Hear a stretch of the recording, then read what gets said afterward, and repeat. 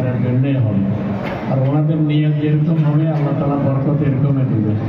আল্লাহ তাআলার ঘোষণা হইল ইন্নাল্লাহা লা ইউগাইয়িরু মা বিকওমিন হাত্তা ইউগাইয়িরু মা বিআনফুসিহিম।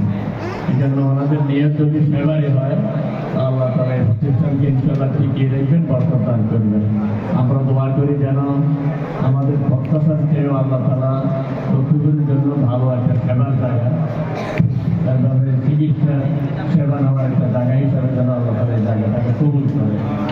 আমরা যেন আল্লাহ তাআলা আমাদেরকে সুস্থ রাখে এবং যারাই যখন দরকার হয় সবাই যেন এখানে ভালো সেবা পায়। আমরা যেন এক ব্যক্তি সবাই বলতে পারি যে লক্ষ্মীপুরের মধ্যে মানুষ হিসাবে সেবায় সেরা, তাদের মানগত দিক সব দিক যেন তাদের ভালো হয়, আল্লাহ তাআলা সেভাবে কবুল করে।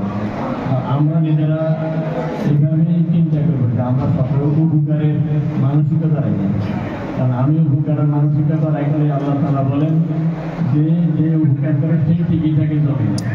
আমি কারোর ক্ষতি করি জমিনে টিকিয়ে রাখবো, যত কাপড় নিয়ে চলি, কিন্তু এক সময় আমার উৎখাত হয়ে আসে যে উপকারী সেই জমিনে টিকবে।